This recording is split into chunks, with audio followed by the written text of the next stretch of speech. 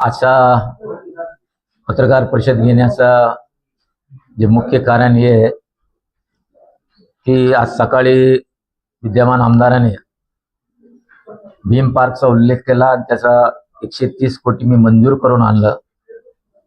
पण नगरपालिकाने 14 तारीख मीटिंग मध्ये मायनर मॉडिफिकेशन ज्याला 37 ची कारवाई म्हणतात ते घेतला नाही आणि जे जे झालं नाही तर त्याचा खापर माझ्या डोक्यावर फोडला त्यांनी. आणि काही आमचे दलित समाजाच्या काही लोकांना अचकून माझ्या विरोधात फेसबुक, व्हॉट्सअप, इंस्टाग्राम मध्ये एका प्रकारे एंटी कैलास गुरंट्याल ते चालू लागले. पण या विद्यमान आमदाराला असंही काय कळत नाही तसंही काही कळत नाही. हे जालना जिल्हाधिकारीकडून एक पत्र महानगरपालिकेला प्राप्त झालेलं आहे. त्यात पहिला विषय असा आहे, जालना महानगरपालिका हद्दीमध्ये विपशन केंद्र भीम पार्क उभारण्याकरिता आवश्यक असणारी जमीन प्रथमतः जालना महानगरपालिकेचे नावे करण्यात कारवाई तात्काळ करण्यात यावी. तसेच प्रकल्प ठिकाणी तलाव असल्याने शासनाने संबंधित विभागाकडून तांत्रिक मूल्यमापन करून घेण्यात यावे. आज मित्रांनो, हा प्रश्न सर्वात येतो की हा जिथं भीम पार्क आपण मंजूर होणार आहे ती जागा सध्या शासनाची. शासनाने ते एकतर आम्हाला हँडओव्हर करून द्यावं लागेल. जोपर्यंत हँडओव्हर करत नाही तोपर्यंत आम्ही कोणती प्रकारची कारवाई करू शकत नाही. पण त्यात आणखीन एक शॉर्टकट रस्ता आहे. जर कलेक्टरने आम्हाला एनओसी दिली तर आम्ही ते कारवाई करण्यासाठी आमची तयार असेल. दुसरा, त्या पहिल्यामध्ये आता तांत्रिक मूल्यमापन करून घेणे म्हणजे फिजिबिलिटी ते होऊ शकतं की नाही होऊ शकतं. आता तशी सक्षम यंत्रणा महानगरपालिकाकडे नाही.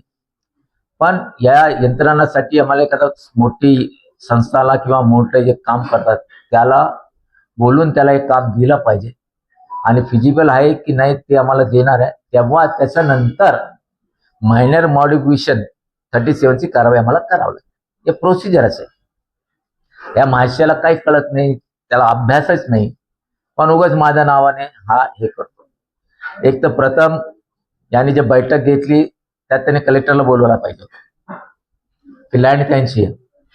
त्याला माहितच नाही लँड कोणाची. सर्वात पहिले ये, त्याला असंही काही कळत नाही तसंही काही कळत नाही. तिथं मग त्यांना माहित पडलं, संजय शिरसाटने सांगितलं रे लँड महाराष्ट्र शासनाची आहे, नगरपालिकेला मायनर मॉडिफिकेशन 37 करावं लागेल.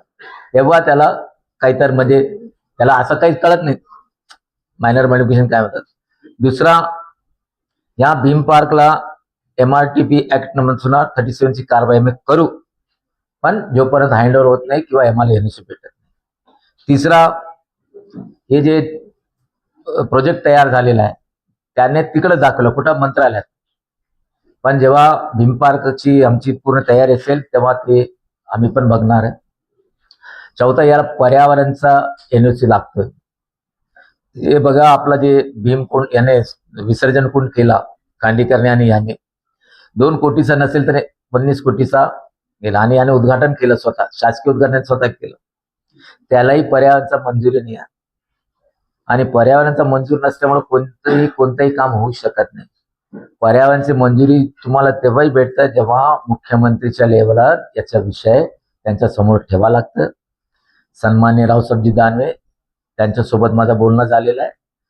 या बैठक जेव्हा पर्यावरणाच्या गोष्टी येईल, सन्माननीय रावसाहेबजी दानवे, सन्माननीय बबनदादा लोणीकर, सन्माननीय संतोष दानवे, सन्माननीय नारायण कुचे, सन्माननीय भास्कर आबा आणि आम्ही आणि महापौर उपमहापौर याची बैठक घेणार. आणि दलित समाजाची जेवढी संघटना आहे प्रत्येक संघटनाचे एक प्रमुखाला मी मुख्यमंत्रीकडे बैठक लावून याचा मार्ग लावणार आहे. आणि हा काय म्हणतो 130 मी मंजूर करून आले. अरे प्रस्तावच गेल्यानंतर मंजूर कसं होतं? मला मी सांगा, भीम पार्क कसा हे विसर्जन कुंड सारखा करायचंय का आपल्याला?